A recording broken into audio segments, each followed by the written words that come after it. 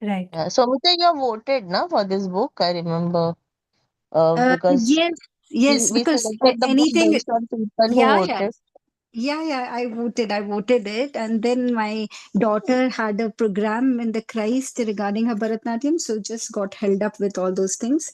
But today, when I saw the message, no, I immediately I said, okay, let me see what's going on, because emotions are the very, very point, with the topic which is very close to me. All right, so yeah, wonderful. At least I'll be today and tomorrow I can benefit something. Yeah.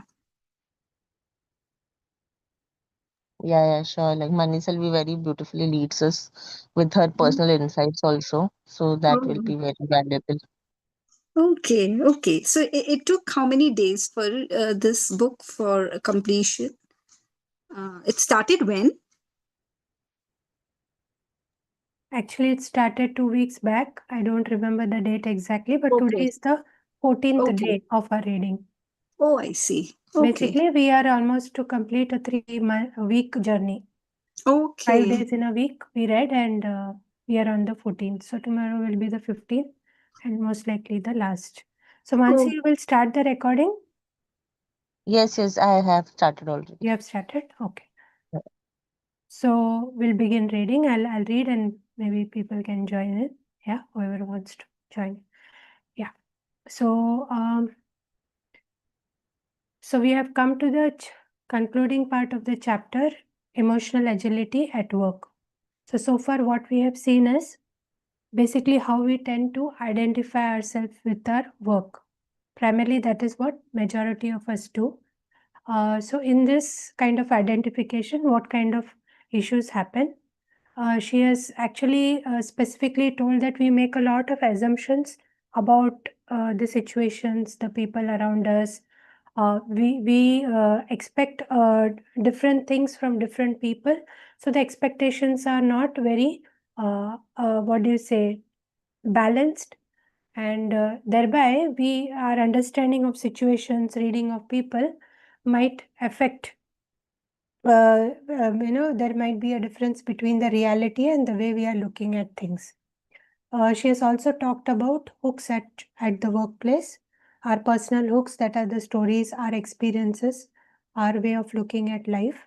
Then she talks about specific office related hooks, that is how an office atmosphere creates various kind of hooks, and due to which we tend to play those stories, and we tend to behave that way. Third thing she covered was group hooks, like when we function as a group and with combined with many people, that also influences us, and we also, those stories also become part of us. Next, she moved on to the linking the four-step framework that she has given for emotional agility with the emotion agility at work. So first she talked about showing up, briefly about stepping out, and then walking your why. So now we continue this further. So this we are on page 164. So we'll start reading. Take this job and tweak it. In a perfect world, we would all have a job in which we are constantly in a state of flow, with the weight evenly distributed on our teeter totter between challenge and competence, all the while saving humanity, lunching with glamorous people, and making zillions of dollars to boot. In the real world, jobs like that are hard to come by. And even if such a job awaits and we are focused on it like a death ray, we would still likely have to start a few rungs farther down the ladder. If you are busy figuring things out, like my younger self, when I worked in technical writing, you also might have to experiment with different pursuits before deciding what ladder it is you really want to try to climb. So, what do you do when you know your dream job is somewhere up there at the top of the ladder or out there on the far horizon, but for any number of predictable reasons, money, timing, location, economy, you still need to keep the job you have got? You show up to what you are feeling, I'm bored. You step out and create distance from your hooks. I can't do better than this. and you examine what is important to you and you want to motivations. That said, my co-workers are great. And then you start tweaking your situation. You take actions that are workable and that will serve you for the long term by bringing you closer to a vital, engaged life. Tweaking your job is also known as job crafting. Involves looking creatively at your work circumstances and finding ways to reconfigure your situation to make it more engaging and fulfilling. Employees who try job crafting often end up more satisfied with their work lives, achieve higher levels of performance in their organizations, and report greater personal resilience.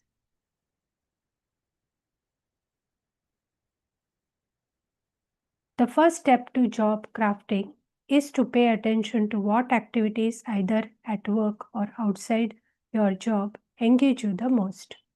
Maybe you are not in a management position at the office, but you love coaching your son's little league games on the weekends. Can you start an office mentoring program in which you provide advice to younger workers or institute or take your child to work day within your company? Or perhaps you have noticed that even though you are in the sales department, you are constantly coming up with marketing ideas, some of which have actually been received and implemented by other divisions of the company.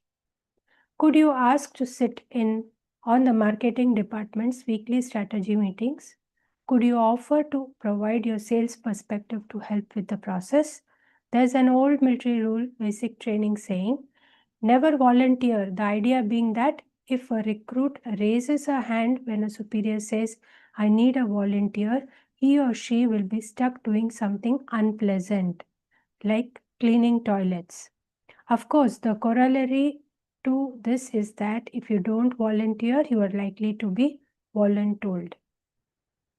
When it comes to civilian career building, though, volunteering is an excellent way to change the boundaries of your job.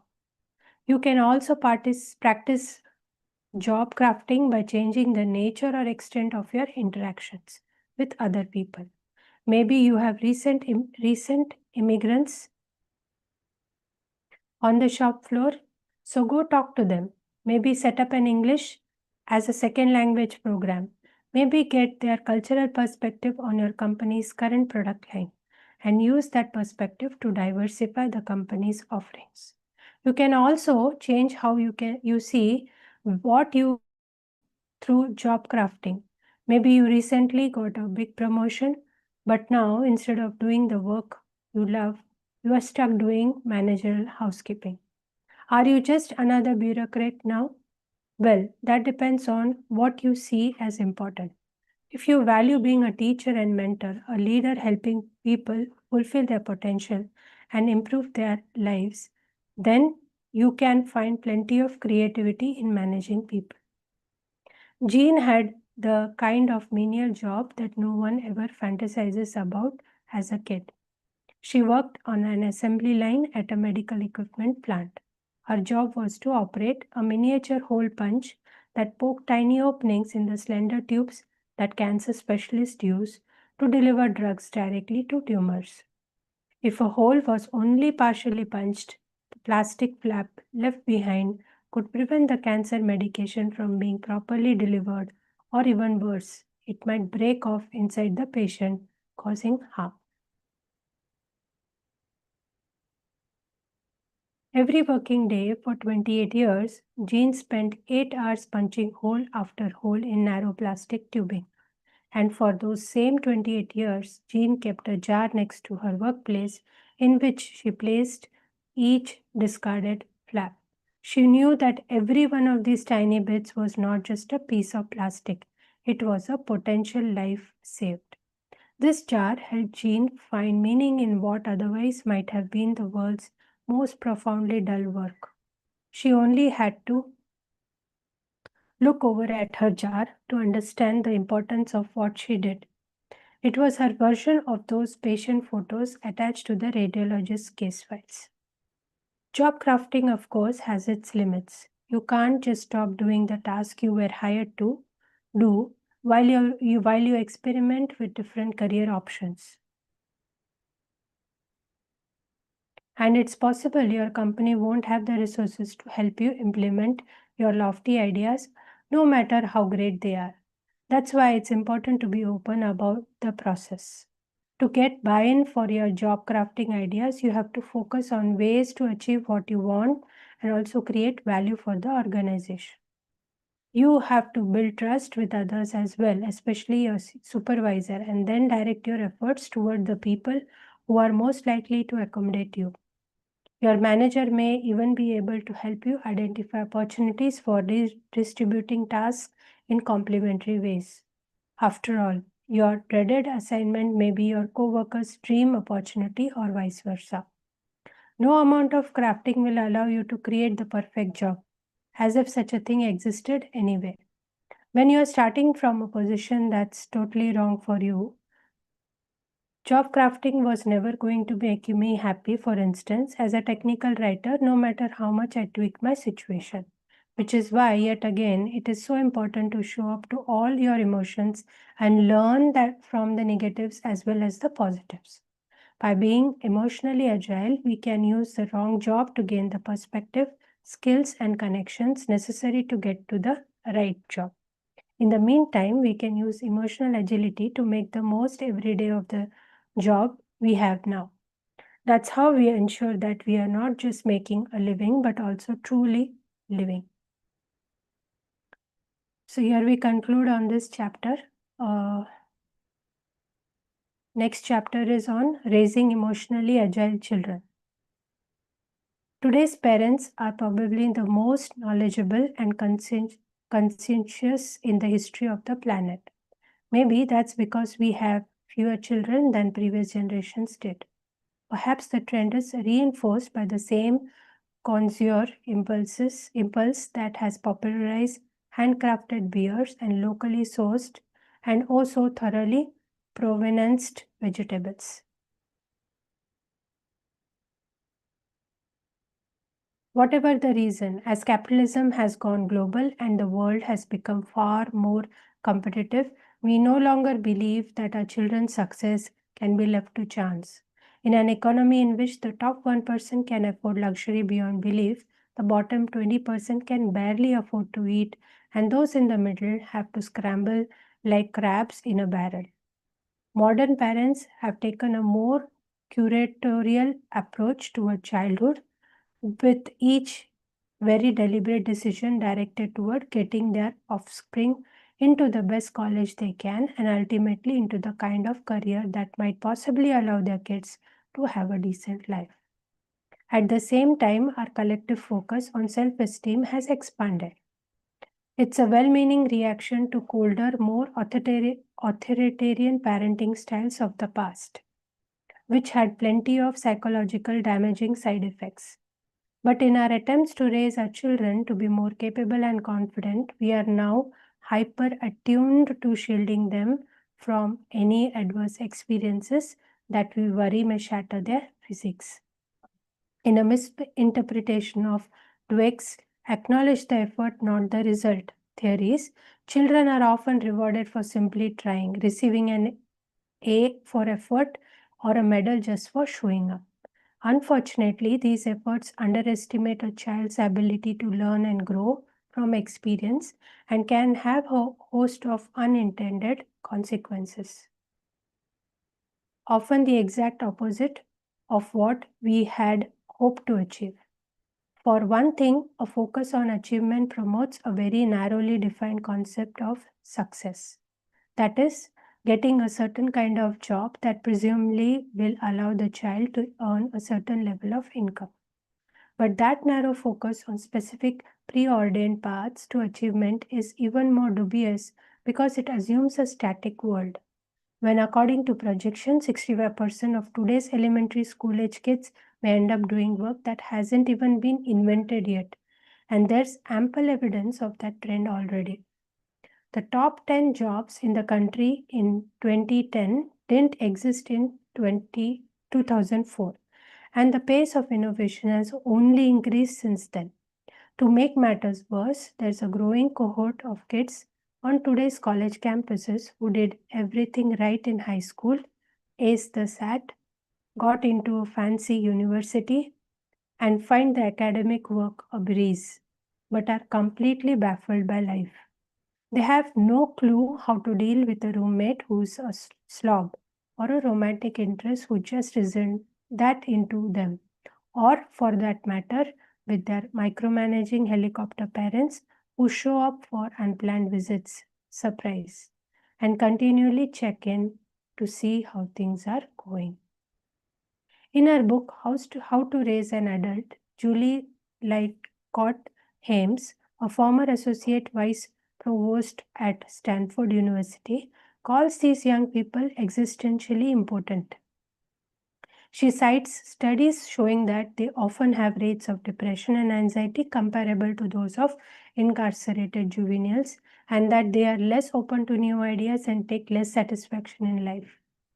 Another unintended consequence of overparenting is that kids can grow up thinking that their parents' love is conditional on their behaving a certain way. This leads to contingent self esteem, the belief that their worth must be earned. Contingent self esteem can manifest itself in the young woman who has always been praised for her appearance and goes on to develop an eating disorder.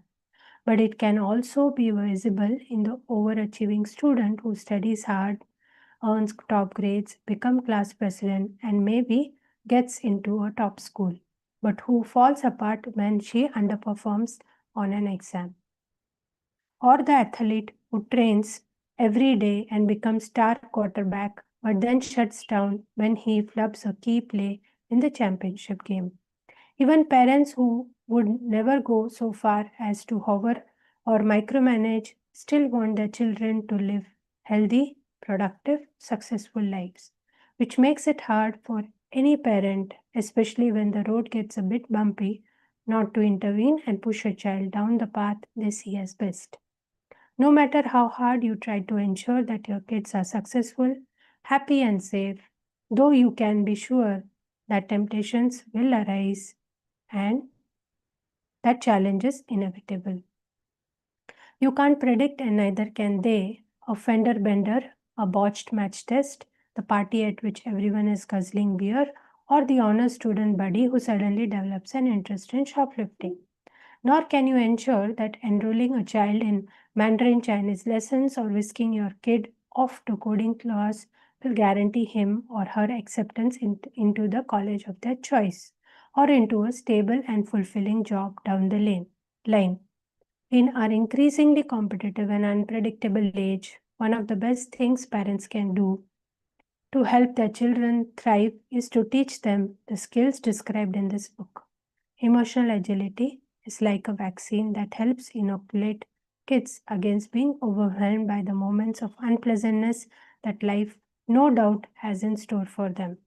It won't give kids complete immunity, but it will help them develop the flexibility and resilience that they need to flourish even during hard times.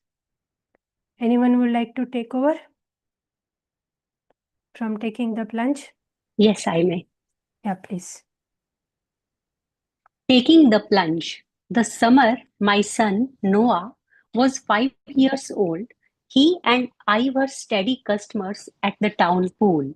Invariably, he would run into friends there, and they would spend the afternoons splashing and playing and engaging in all the usual hot weather fun that makes the time fly by. But there was one activity that, at least for Noah, made time stand still. Whenever he considered jumping off the high diving board, he froze. All his pals were doing it, and he desperately wanted to join in, but he was too scared to try. He would watch them and remain rooted to the spot, overwhelmed by a fear that was greater than his desire to participate in something he could clearly see was really fun. We all have these moments in which we think we might want to try something new, but just can't get past our fear. For kids, however, facing nerve wracking experiences is especially challenging because they have a limited history of actually making such leaps. In Noah's case, both figuratively and literally, they have not had time to build up a store of reinforcing outcomes. I have done this kind of thing before and it has not killed me. So they are easily hooked by the autopilot response that holds them back and they get stuck.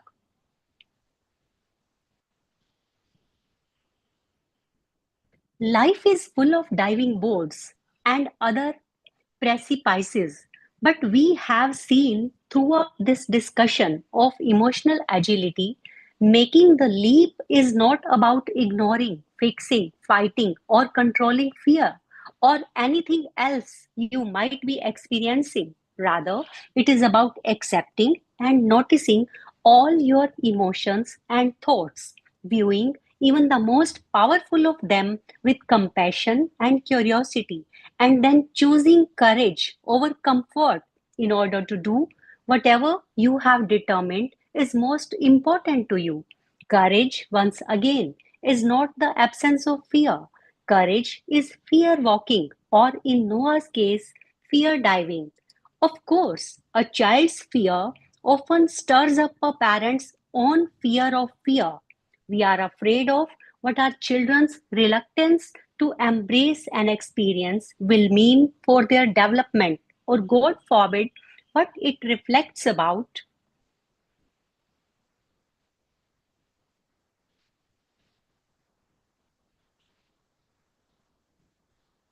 our own parenting skills. We worry about what this reluctance might cost our sons and daughters. We want our children to thrive, and since we can so often see the way forward for them, we try to push them in that direction, assuming that by doing so, our children will realize that whatever they were reluctant about really was not so bad. But as we know by now, emotional agility is not about doing things because you feel you should or because someone else wants you to. Rather, it is about being able to make your own intentional choices about how to behave. And that goes for kids too. When Noah was stuck, literally and metaphorically, on the edge of that diving board, I could have imposed my will on him, telling him what I already knew. If he went ahead and jumped, he would be fine and happier for it. Or I could have tried to minimize his genuine worries by telling him, "Don't be silly. Look at how much fun your friends are having. Do you want to miss out on that?" Instead, I was able to start a conversation with Noah that we continued later at home. After he acknowledged that he was scared, we talked about how he might feel if he did jump, thrilled and proud, how he might feel if he didn't jump, relieved on some level but disappointed in himself, and critically how he could go ahead in spite of his fears and jump anyway because it was important to him. That is, I first encouraged him to show up to his fear. Evolution has made us wary of heights for a reason, and there is no shame in needing time to adjust to the counterintuitive notion that a 1 meter leap into 4 meters of chlorinated water is a reasonable thing to do. Simply acknowledging what he was feeling changed Noah's relationship with his fear, allowing him to then step out to create a dispassionate distance between the emotion and what he wanted to accomplish. This meant distancing himself from both the physical effects of his fear, the cortisol surge, the accelerated heart rate, and the hyperventilation, and from any self doubting narratives that might have already hooked him at his tender age. From there, We examined his why, or the reasons he genuinely wanted to jump off the high dive. Fun, thrills, camaraderie. Along the way, I tried to assure him that the choice to jump or not to jump was entirely his, in spite of any peer pressure he might have been subjected to. The high dive was certainly not a have to, but it could be want to. Noah and I turned the focus away from the outcome, whether success, splash, or a knee trembling climb back down the ladder, and toward the process, a skill that he wanted to learn and which could be broken down into small steps. Day 1, climb to the top of the ladder. Day 2, walk out to the edge of the board. Day 3, Geronimo. But the next day, soon after we arrived at the pool, Noah simply took a flying leap. No trepidation, no trembling, no baby steps. And then he did it again and again with endless variations. The can opener, the cannonball, turning the titter totter principle into the high dive principle as he thoroughly enjoyed himself while pushing the limits of his comfort zone all afternoon. As he had predicted during our conversation, he was immensely proud of himself, something I could see each time he waved down at me, grinning happily. Talking through his fear had not made him any less afraid, nor had examining his why changed his motivation.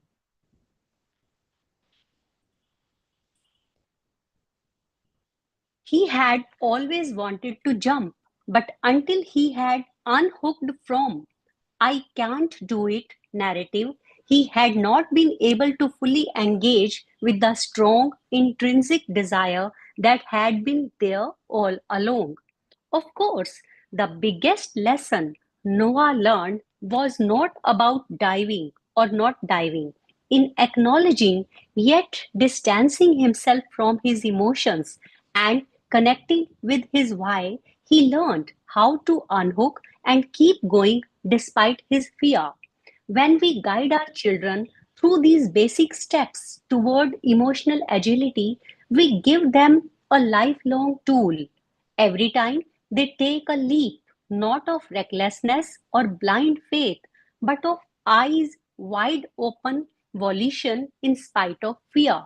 They practice fear walking, a skill that will help them face many other, much more significant emotional challenges later in life. Leading by example. When I ask parents what their biggest wish is for their children, most say, "I just want them to be happy." To be truly happy, though, one must know simply how to be, and by that I mean to be effectively with oneself, centered, kind, curious, and not fragile in a changing world. We all know that love and structure help prepare a child for caring relationships and a successful career. But emotional agility offers a skill set that can translate love and structure into lifelong well being. For parents, emotional agility provides a skill set for helping their child learn to thrive. Many of the studies that document the value of helping kids learn the skills to show up, step out, walk their why, and move on have been carried out over long enough periods of time to trace the development of resilience, morality, willpower, health, psychological stability, and relationship success well into adulthood. Happily, some of these conclusions have started to make their way into popular culture. A notable example is the animated movie Inside Out, which explores a girl's varied and changing emotions and shows how even the difficult emotions like sadness play an important role in shaping who we are. For parents, the most effective way to teach your children emotional agility is by practicing it yourself. This can be hard to pull off when your daughter is shrieking, I hate you, at the top of her lungs, or when your son comes home sobbing after a bad day at school. But these times actually offer you an even more valuable opportunity to model emotional agility.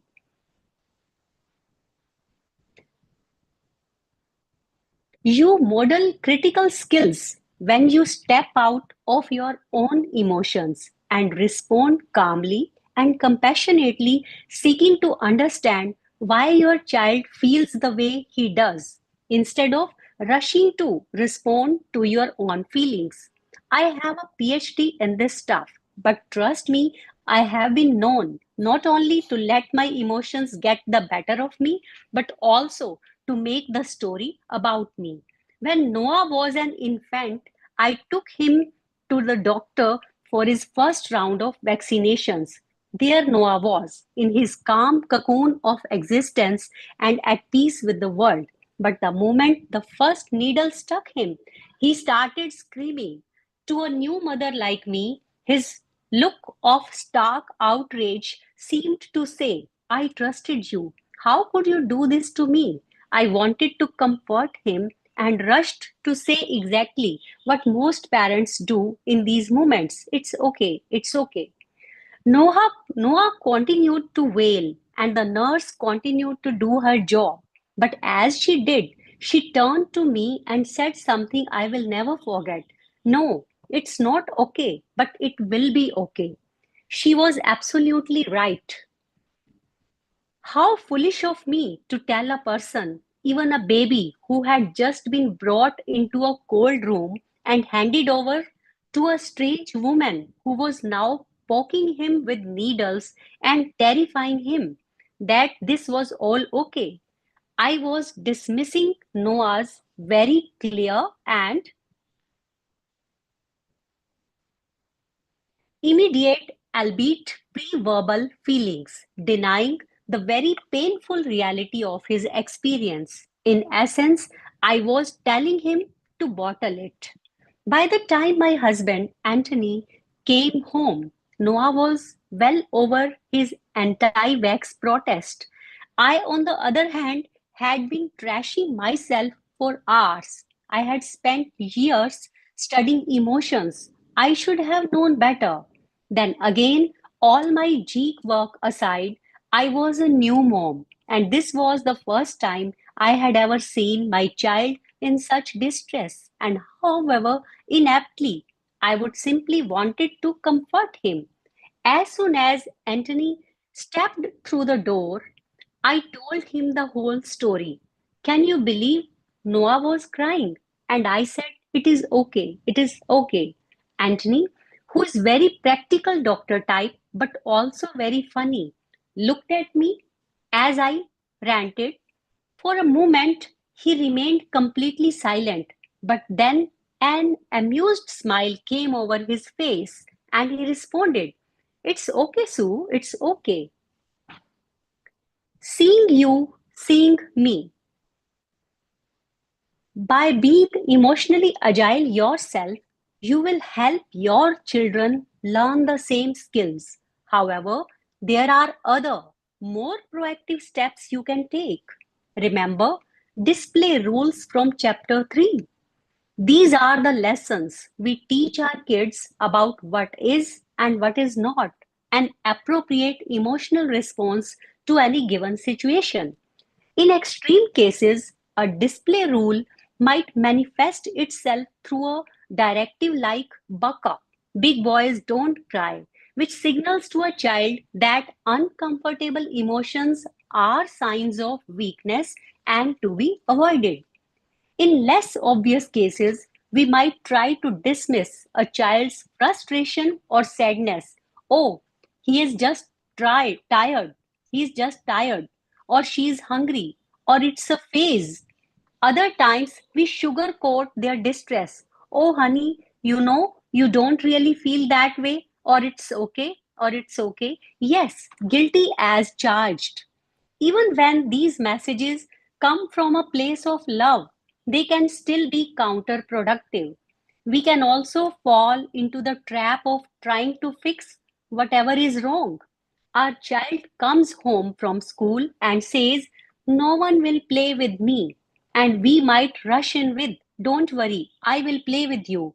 Or we immediately set about contacting the parents of the mean girls to set up play dates or smooth things over.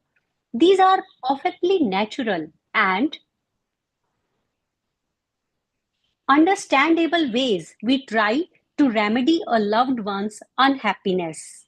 However, while responding in these ways may solve the immediate problem, it deprives the child of the critically important opportunity to sit with her difficult feelings, to show up, step out, and learn from those sometimes heartbreaking real world situations.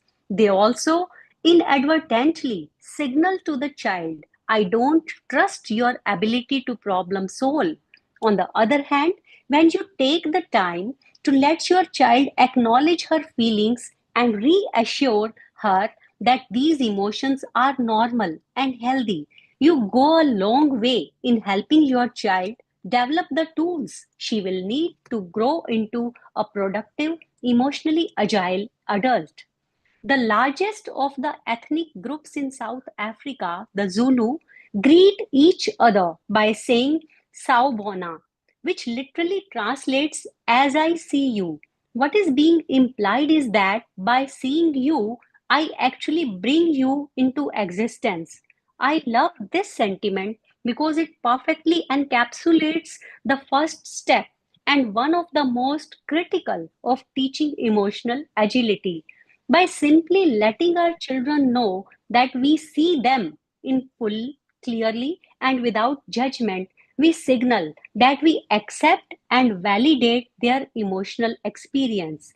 As an added bonus, we actually help them calm down when we do this, because children often exhibit a reduction in emotional intensity when a parent is emotionally present. So, despite our urge to fix, it is hard for him not to feel loved and secure.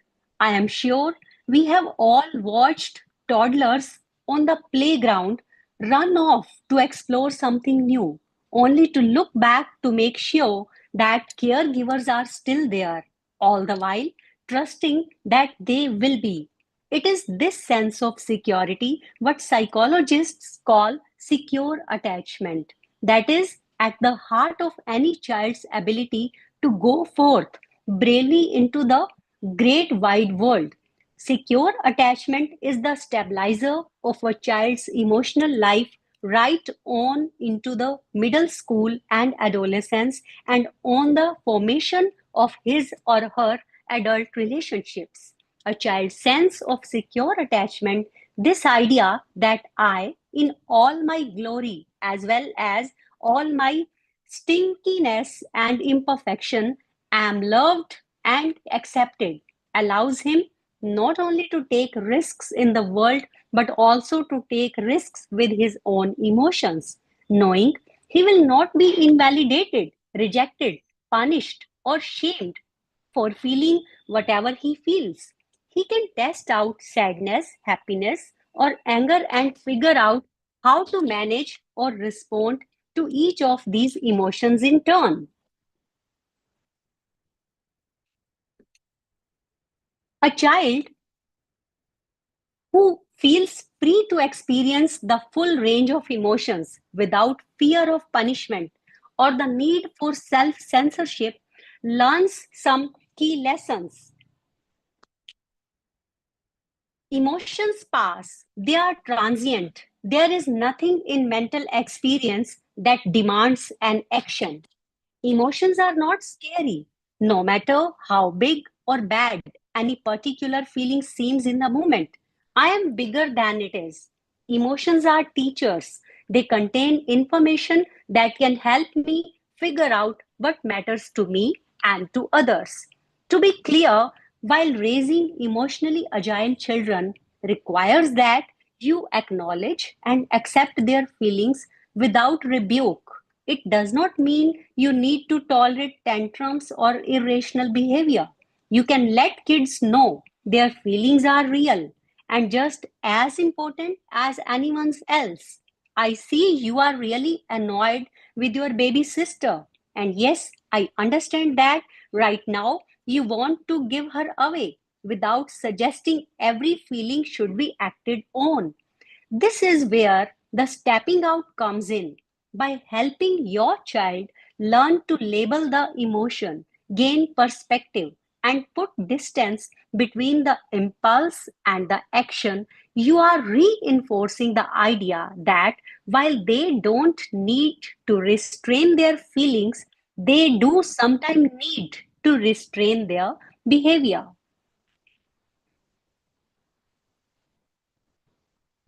Again, this kind of compassionate, yet ever so slightly detached response can be challenging when your toddler is lying face down in the supermarket aisle, screaming and kicking, or when your teenager just climbed out of her bedroom window and disappeared on the back of a motorcycle with that Peterson kid.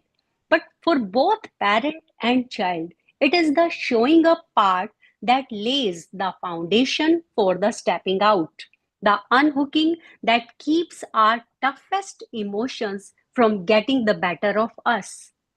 How to think, So we'll not, stop here for today. yeah, for sure. So we'll reflect back on what we read and what seemed to stand out, what we could resonate with our experiences, and what is one, maybe takeaway that really will help us to manage ourselves and our kids better. Yes, what I feel is that we are too much protective. That is very truly said that we are too much protective with our children nowadays. And this is the reason that they are not able to handle the circumstances the future may bring them. Okay, so And the emotions are there, every type of emotions are there. They have to learn to accept them and behave. Yes, like it was told that behavior may be different, but emotions, wherever the emotion part is concerned, that is to be accepted. right. So anything which you think as implementable in your life with reference to handling people or kids for in specific? Yeah, very true that this that I have shared, that I will try not to be too protective with my children. Okay. Anything else you want to share? Yeah, that's it. In the meantime, if I feel so, I will do that. Yeah, please. Anyone else have to share anything about the reading that we just concluded upon? Yeah. So for me, the emotions are valid, and emotion drives our behavior too. So whatever emotion comes, we need not to be resist. Consider emotion as a teacher, and because emotions are very tricky, so we should have an emotional wheel. Emotional wheel is this something which has been given by Susan David, in which we can enhance our vocabulary about what we are feeling, because many times we don't know exactly, or we are not able to label our emotions correctly. So if we have an emotional wheel chart, and if we take out the printout, the action part of this today's session is that if we can take out the emotional wheel printout and stick it on somewhere, so that even we and as well as our kid can look at the wheel and understand what kind of emotions they are feel, because once if they know how to label their emotion, if they can enhance their emotional vocabulary, it is easier for the parent to connect with their child. Because if we think that okay, my child is angry, but actually it is not angry, it might be that he or she may feel annoyed or irritated or frustrated. So there are very different shades of getting upset. It could be anger, it could be frustrated, it could be being annoyed. So I think emotion, I like that line, that emotion are our teachers. They wanted to tell us something, and when we understand what kind of emotion our child is going through it, we are most in a better situation to connect with our child. Right. So if you have the link or you are knowing the emotion wheel that you are talking Yes, about, yes, yes, please do absolutely. share in the group so that Absolutely. we all Just can benefit from understanding. absolutely, absolutely, So absolutely. thanks for your inputs. Anything else anyone else wants to share? We had a mention of Yeah, the movie Inside Out also today, Mansi. yeah, I Yeah, love that alignment. Yeah, and even the word saubana that was talked about, yeah. that is one of the word I see you. So so one of my mentor uses that as a welcome statement. So she greets everyone in the room with saubana, or I think she somewhere she uses it like while Uh, greeting by saying goodbye or something like that. Something a So Puja Puneet, I think so. Na?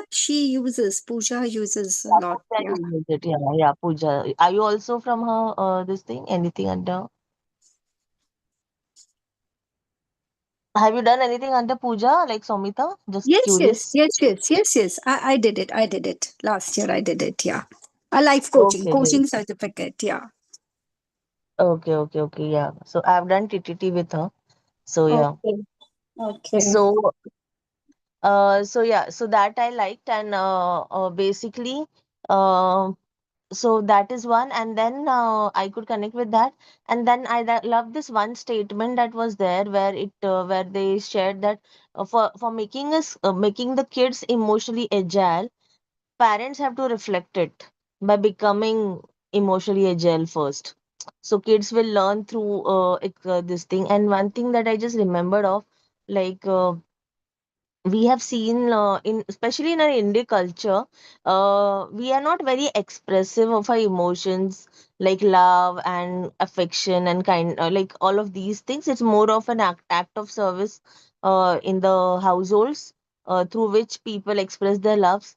But it is being said that if we are getting angry and fighting in front of the kids, we might as well express our love in front of them as well, because otherwise they end up just learning that okay, this is okay to be expressed in public, but this is not, or whatever, or as if they don't even learn that basically, that that is. And I feel that is also emotionally agility in a way, because where the kids grow up looking at all the dimensions of emotions that their parents go through, and they don't end up feeling like okay, this is only the one thing that they see. I'm not sure if I'm able to express it properly, but um, just trying to like highlight that all kinds of emotions and how we deal with them teaches our kids to deal with that their emotions similarly, because that's how they learn, right? We are their role models. They learn by role plays, and they learn by immaculating us. So that's what I just felt like sharing. Yeah, I remembered. Yeah, very valid point, Mansi. Because when my kids were in that Montessori education, their mentor, the teacher, told the same thing during our orientation, parents' orientation program. That as you fight before your kid, which is such an humiliating. Instead of if you love before your kid, the kids are most in a much better position to express that love is such a beautiful emotion. Otherwise, I have seen when I was just dealing with the clarity calls with my client, and it was such a such a surprising for me that in their family the anger is taken as being normal. The emotion of anger is taken as being normal because their father-in-law, their grandparents, used to treat that emotion to do the things by the other people. So the same trait is going from generation, that if I shout or if I show my anger, people will do the things. And anger was considered so normal, without understanding the fact that how bitter experience it could be for the newcomer in their family. So when the daughter-in-law entered in their family, and she was so surprised that in their house, the emotion of anger was considered normal. So that's how we should help our children to understand that emotion of love is equally important. Yeah, true.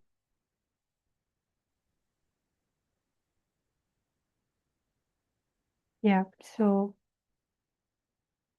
yes, this was quite a, I would say, practical need of the hour, and relevant points have come out. What I could say is she tries to stick with the practicality of situation. She doesn't try to only give the rosy picture of it. She also brings down the valid points that we have to face in our lives. I think from the work front, what she also said is we can also look at how we can extend our work, or the job crafting that she mentioned. It was a different way of looking at maybe volunteering, the definition of volunteering, or the way you can look up how you can mix match your passion into your job profile, as well as try to make it work for you. If you and Definitely she has said that there is no perfect work as such, so there has to be a give and take, there has to be some adjustments, and there has to maybe an genuine effort from your side to make it work for you. Apart from that, when we come down to the parenting part, yes, as parents, we want to be perfect. So I think this perfect parenting myth she also broke, and she narrated her own experience being a psychologist, how she also fell into the trap and how she recovered finally, or what we can learn from her. So we will falter, we will fall, we might not be perfect at all times. So let's not make us into a too much of perfect person or a perfect parent mode. But I think what she's gently nudging us to do is rise to the occasion. If you're a parent, try to demonstrate your things rather than teach or preach. So, because as I think Sumita and Mansi and somewhere even Suman said that they learn from us. Some things we'll have to teach them specifically. And I think emotions is a part where we are also not so well trained to manage. So it's something for us to learn ourselves and also convey them that they have better lives. It also brings forth that the challenges they have in future, which might be, the future might hold a lot of drastic changes which they might need to handle, given that we are too much into the virtual world now, and the personal touch and connections are not much valued. So we'll have to live with the nuances, but at the same time we'll have to make certain changes to our lives as well. So I think that was a point which was hidden here, and or basically the importance of emotion, maybe we didn't realize so much in our lives when we learnt it, because we just saw our parents, nobody taught us, and nobody actually paid attention to how it was being relayed to the children. But now this can be taken as a call where the parents can invite themselves to understand this better, and then thereby relay it further to the children, so that we can actually create a good atmosphere at home, and something which we have thought about, or something which we can do it, rather than just allow nature to take course and we behave the way we want, and things happen. So I felt that was a strong point that she said, that emotions will pass, emotions are not scary because they are natural, and they are teachers. So the larger part which I see here is, the crux is here, we have to have acceptance ourselves, acceptance of what we are, what we can do, and how things are there around the world and what happens ultimately. At the same time, we have to appreciate this acceptance and teach it to our children so that they are also on a strong foundation or footing when they have to face their life. Yeah. So, this comes to the end for today. This book has actually 186 odd pages. So we have 10 more pages to go, which will complete tomorrow. There are certain other points which I wanted to discuss today. If it is okay, it might take 10 more minutes. Please, Yeah. please go on. Yes. Yeah. So this might not be in particular to what we read today, but this is somewhere in addition to what the book says or something which I felt that I should know, and thereby I'm sharing it once I knew what it was. So emotional brain flow. So this emotional brain flow is just that what gets triggered first, how things are handled by our brain as far as emotions are concerned. So all you will keep on hearing in the books and the things that prefrontal cortex is what we have to work on. Amygdala has to be also, its presence is also important as well as a survival mechanism, but not always it should overpower it. So how emotions flow through the brain, I've just tried to put as much as minimum points because I myself don't like too much of jargons and scientific technical details, which might not be very helpful when we are doing long discussions. Yeah. So how emotions flow through the brain? The key brain parts which we need to understand is thalamus. It plays the role of relaying sensory information to emotion and the cortex. Um, um, Emotional agility connection, it filters the input, first step in the emotional response. So thalamus is where the reception of the sensory reception happens. Amygdala, fast automatic emotional reaction. So this is the primitive part of our uh, being brain function, where it is triggers flight, fright, freeze response. And if we directly allow that to happen, then it's like a emotional hijack. We can't actually respond to the situation. We will only end up reacting. Prefrontal frontal cortex is where we reflective thinking is there. We can control our impulsive, make decision, and then appropriately respond to the situation. Enables conscious choice, emotional regulation. So this is the point of our emotional regulation. Anterior cingulate cortex, this is just for additional information, detects conflict between impulses and values. So this is the part of the brain which will tell you impulsively, you will know that where my value system is being broken or offended by my behavior. Support shifting from reaction to reflection.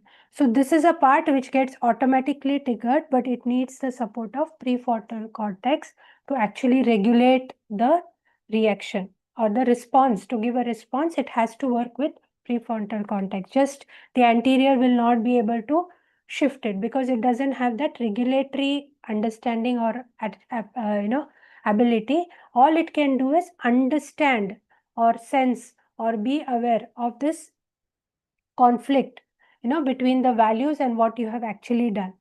Insula again is a body or emotional self-awareness, right? So it is a part of the brain which senses and is aware of our internal state. So this is also part of awareness.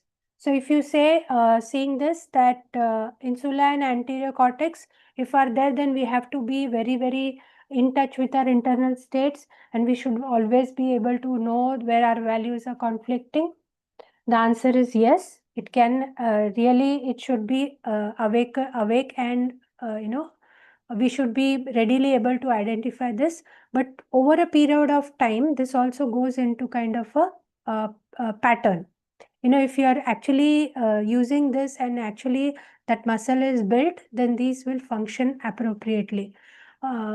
And if it is not very supportive, we are not very supportive to allow these functions to work very easily for us, then the awareness might not trickle down into the regulatory, that is a prefrontal cortex, for us to actually consider that while we do the action. Let's understand this better. with an example, right? Now this flow chart I've given, just it's more like a rough. So if we have a sensory input, the thalamus is the first thing which get relayed this information. If the fastest response comes from the amygdala, which actually causes emotional hijack in the sense it was more of a survival mechanism, fight, flight, or freeze, right? If we pause, if we put a pause, then our prefrontal cortex, which is a slow response, the system 2, takes time to respond. So this is a conscious regulation. We have to consciously regulate this. This cannot be auto, or this takes time, and we need to reflect, and then there is a resulting thoughtful response.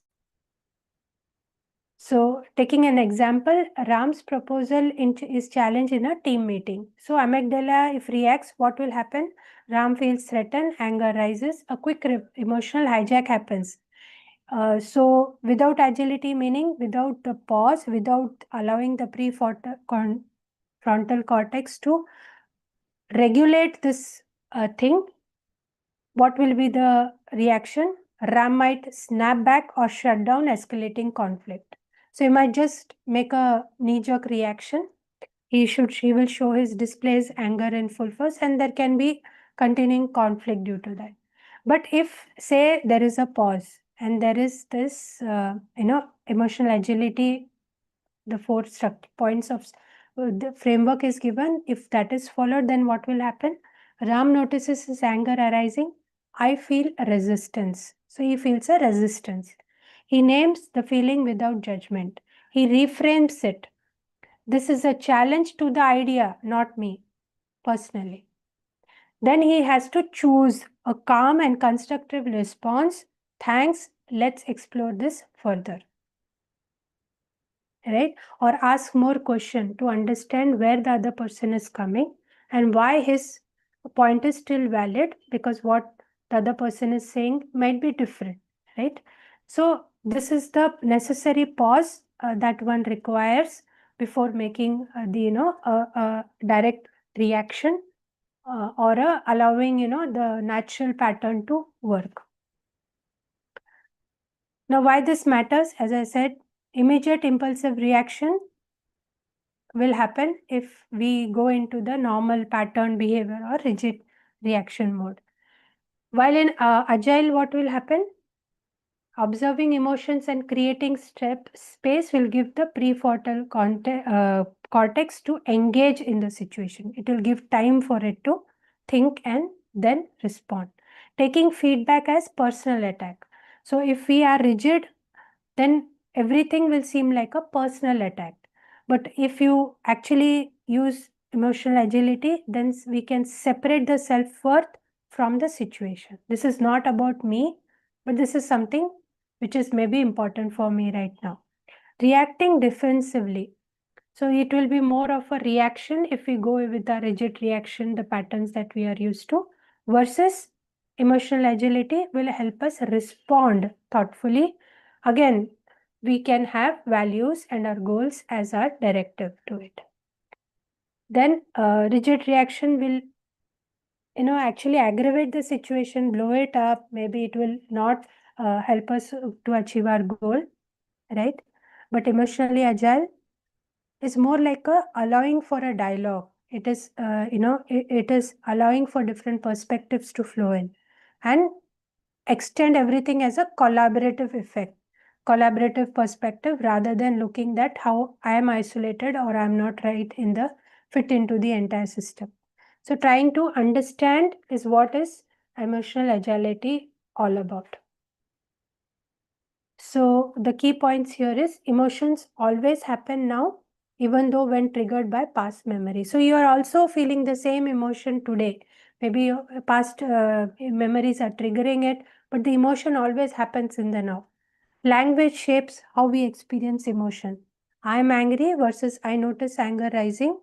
As we had discussed yesterday, the first one talks about I am angry, that is you seem to take the identity at identity level that you are anger, and I notice anger rising is you distancing it from the emotion and saying I notice this, right? So a bit of a dissociated state.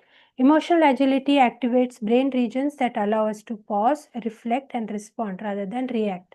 So now you understand, if you go into an auto mode, what will happen, and why the pause is very important, and why we need to practice the pause often, so that our automatic doesn't go directly to the auto response. We always go into a thought for response, but this will need practice. Every muscle will have to be built, right? Practicing emotional agility can transform difficult situation into opportunities for growth and connection. Somewhere, if you see in major of our office or at home situations, emotions are somewhere a very triggering point, in the sense, as I told yesterday, that you can grow from 0 to 10 very fast. So emotional understanding and emotional regulation is important for us to actually understand the situation and go for solutions, rather than actually blowing it up, and then you might not be having more options to get a proper solution. So that it is all about growth and connection. Now, any points, any additions here? Anyone?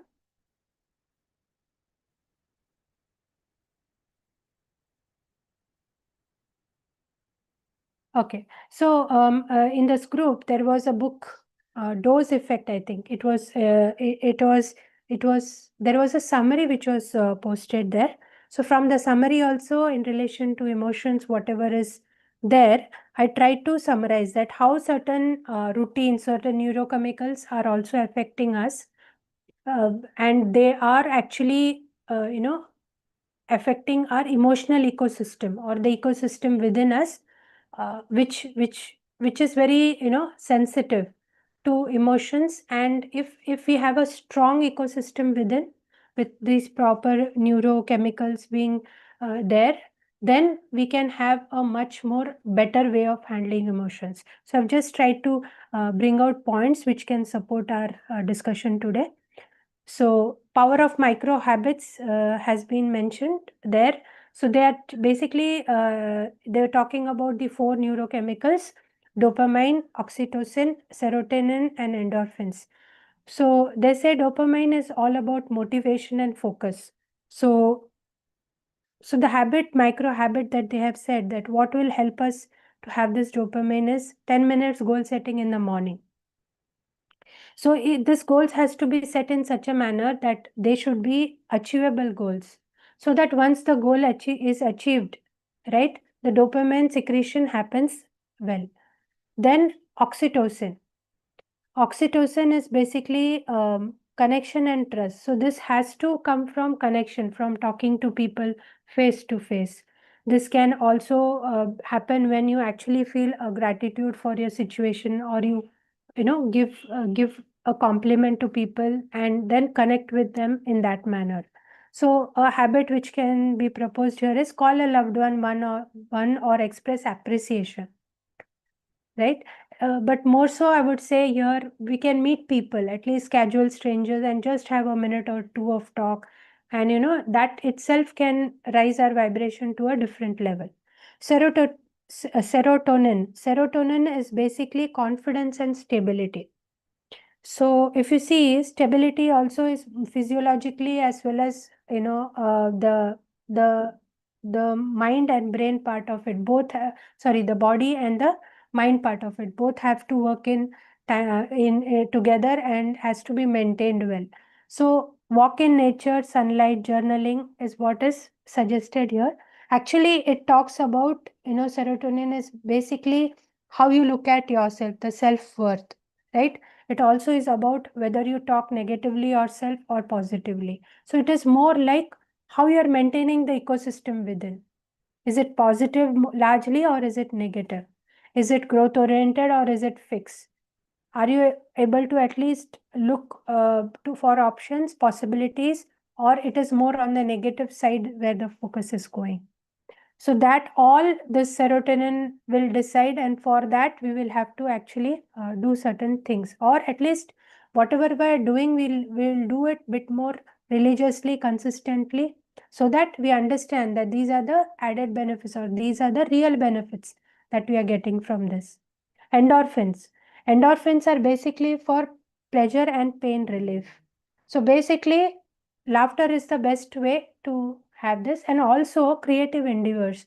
So creative endeavors will challenge, and it will actually take us into a zone where we are totally immersed in those things, as well as laughter, watching a movie. This is basically to create again the ecosystem to make it more in a joyful state or a happy state, I would say.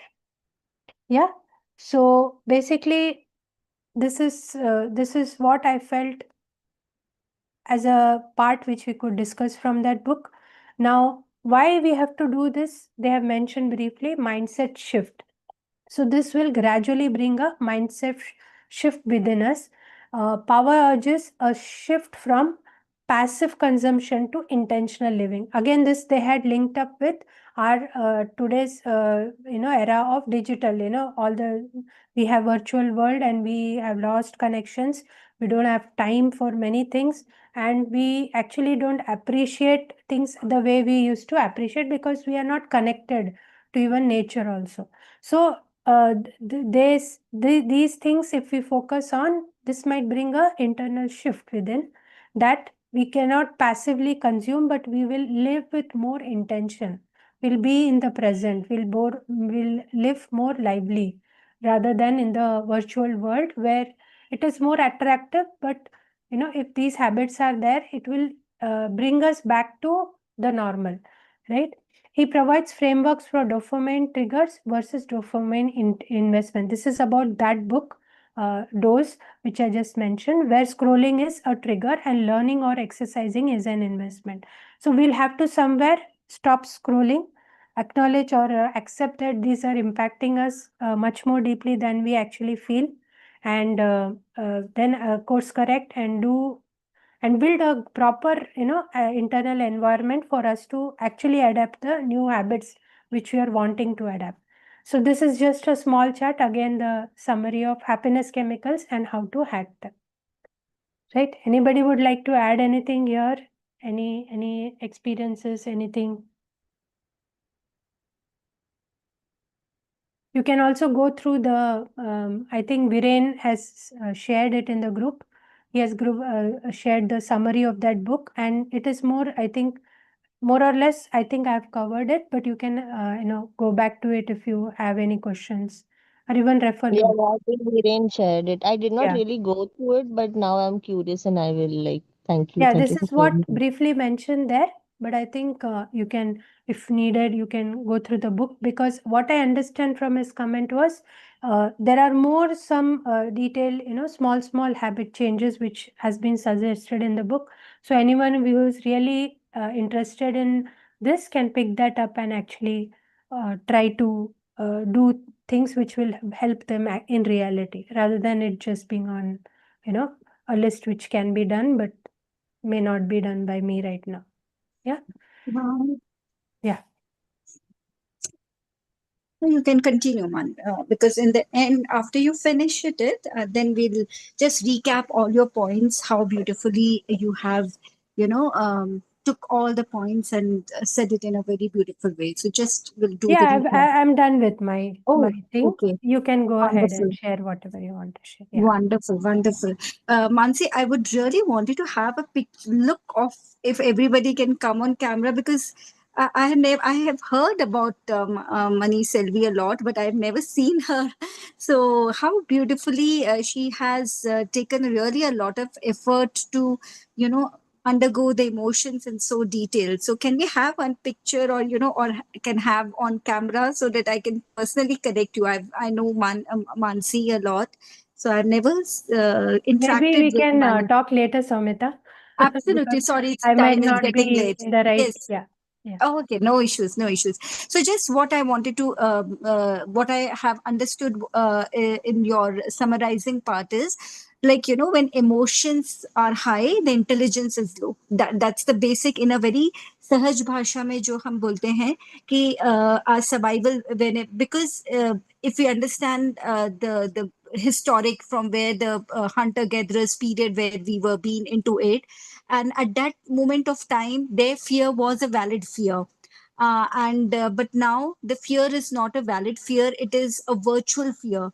But still, the amygdala part of our brain functions in the same manner as if it is a real fear. So, looking at a tiger or lion, our amygdala starts to panic a lot. It starts, vibrate at a higher stage, so that as you said and as you mentioned in the statement, that the prefrontal cortex, that is PFC, slows down. That is the intelligence brain slows down. So, in a normal layman language, we can divide a brain into three parts, where the frontal part is called as a prefrontal cortex, which is called as an thinking brain, which analyze or thinks. Then the center part of the brain is called as an emotional brain, where amygdala is nothing but it is an archive of many of our painful memories. So when from our childhood, as we grow up, whatever the pain we go through it, the every emotion along with that pain get associated and it goes in an archive of an amygdala.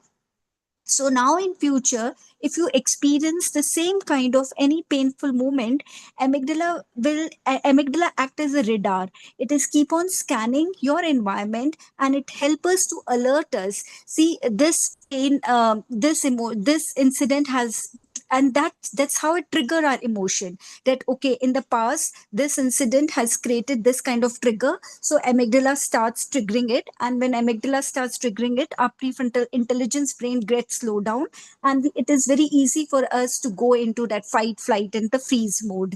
But as you beautifully said, when we pause and when we detach ourselves, our emotions from a thought, then in that pause, we can actually think the good news about emotion is as the emotion comes, it goes too.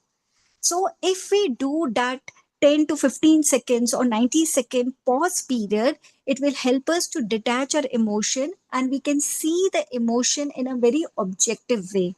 So this is a key takeaway from all what you have said. It that don't identify yourself as if you feel that, because emotion comes with a message. So if you're feeling an anger, if you're just sensing an emotion of anger inside your body, then just pause and be in that state of awareness. Don't resist your emotion. Maybe your emotion of anger is wanted to say you something, and or maybe so just validate that emotion, just have a pause and see, detach your emotion and try to see it from an objective perspective. By you can do the journaling, or immediately from that situation you need to go out, like you have to just uh, whenever any situation or conflict happen and you are sensing that you are getting an emotion of anger, then just immediately leave that space. You can go for a nature walk, or you can just go to some other place. Keep yourself for 30 to 90 seconds mum, and just reflect that why, what I'm feeling. Okay, I'm feeling an emotion of anger. Why I'm feeling because that person has said something which his tonality or its body language or its pitch or its words are very harsh. So now instead of consuming by the other person's critic, now I'm distancing myself from that emotion. Okay, so whether whatever that other person has said, is it, should I take it as a constructive feedback, or and if it is not a constructive feedback and it is just said to demean me or to lower my self confidence, then I have to choose. If it is, if that feedback is just to demean me, then I can choose to let go, because at now my mental peace is more important than the words of the other person. Now suppose if the words of the other person are if I can take certain input from that person, okay, it could help me. I should not have said in that manner. I should change my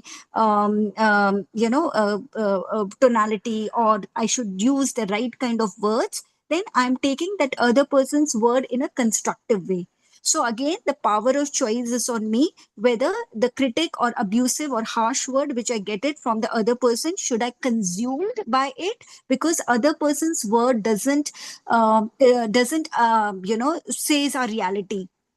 and it is on me what I choose. So if I choose it as a constructive feedback, maybe I can take a constructive part and I can improvise on myself. And if I take the other person's feedback, and if I think that other person's feedback is doesn't have any evidence or doesn't have any basis to it, then I can simply let go of it. So this is how you can do a lot of reflection on your emotion, and that reflection can only be done when you just leave that space, because that space creates a lot of cocktail of further emotions in your body. So it is very important to take a pause. So pause is the biggest takeaway. Whenever you sensing any kind of emotion, just take a pause and reflect on that emotion. That will give you a lot of clarity about it. So amygdala is nothing but it is an archive of all kind, like in a library there is a different kind of books are there. So similarly amygdala is our brain's library, where right from a childhood till our whatever the age and stage of your life you are, it is creating all the experiences of your emotions. It is there in that library. So anytime certain emotion we experience, it may trigger your past memories, and it can and if you don't pause at that moment, or if you don't break a pattern at that moment of time, then that day goes deeper into your subconscious level. So taking a pause is very important. Now it's up to you what tool you use to take a pause. Either you can go for a walking, because emotions are nothing. People say that they are energy in motion. So you just need to vent out, or validate or reflect on your emotion while going for a nature walk. You can just keep silent, and so that you can later you don't regret why I said in that heat of moment. So in order to don't go into that regret phase of why I said so in that heat of moment, you can just simply take a walk or take a pause, and then you can reflect it. So and the second important thing what Mani Selvi has said is distance your emotion, detach from it, and don't identify. If you get anger, if you get an emotion of anger, then don't identify yourself that and I'm an angry person. Okay, right now I am getting this emotion of anger. Let me work about it. What are my feelings about it? What are my predominant thoughts behind this emotion? So if we just do certain reflection, it will give us a lot of clarity. That's all from my end.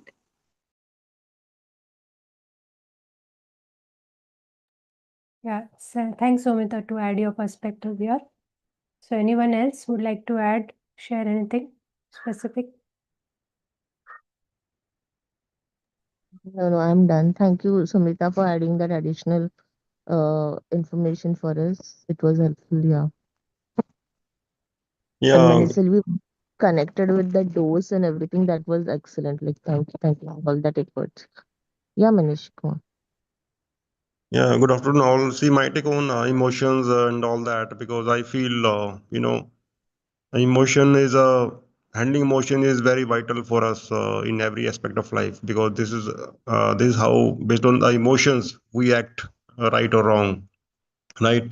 So it can affect so much psychologically and mentally and so many other things. But I relate that it may not be fully relevant with the book we read, but I take on that is that if we have a strong belief system, like I'm talking from the spiritual point of view, or maybe our feelings from the heart.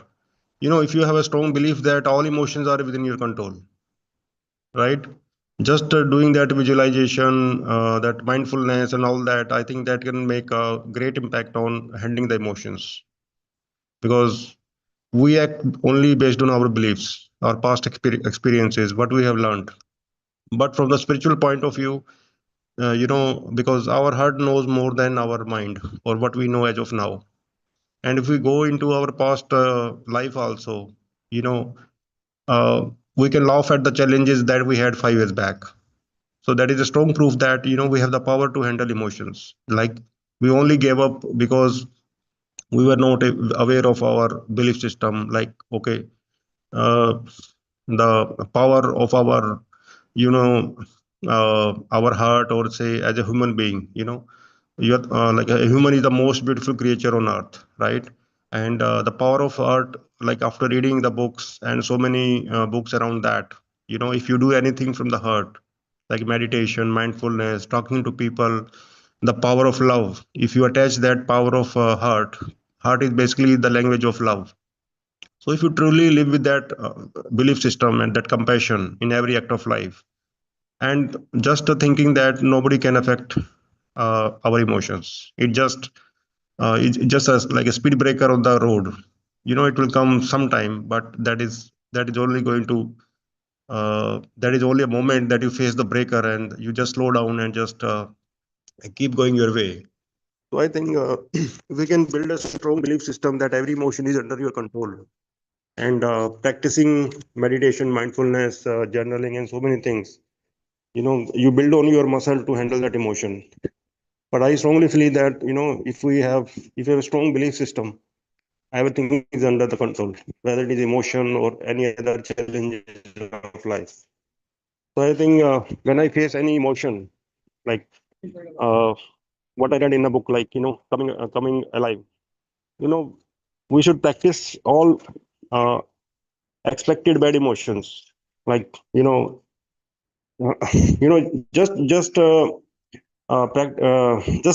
practice the all the different extreme situations of life. You know, facing the highest challenge, facing the highest fear, so many things. That way, you can have a far better control on your emotions. It means your body is already ready for that. You know what is about to come, right? So I think mindfulness and meditation, journaling, they all help in like making our body prepared to handle the emotion. And the belief system is just icing on the cake. Everything what we do is based on the beliefs, and doing from the heart is uh, making it more better actually, because uh, um, well, from the spiritual point of view, you can handle all the challenges of life. If you strongly believe on that, and the science behind that is, our body is so well connected through our brain, through our heart, and awareness is knowledge, and knowledge is power, basically.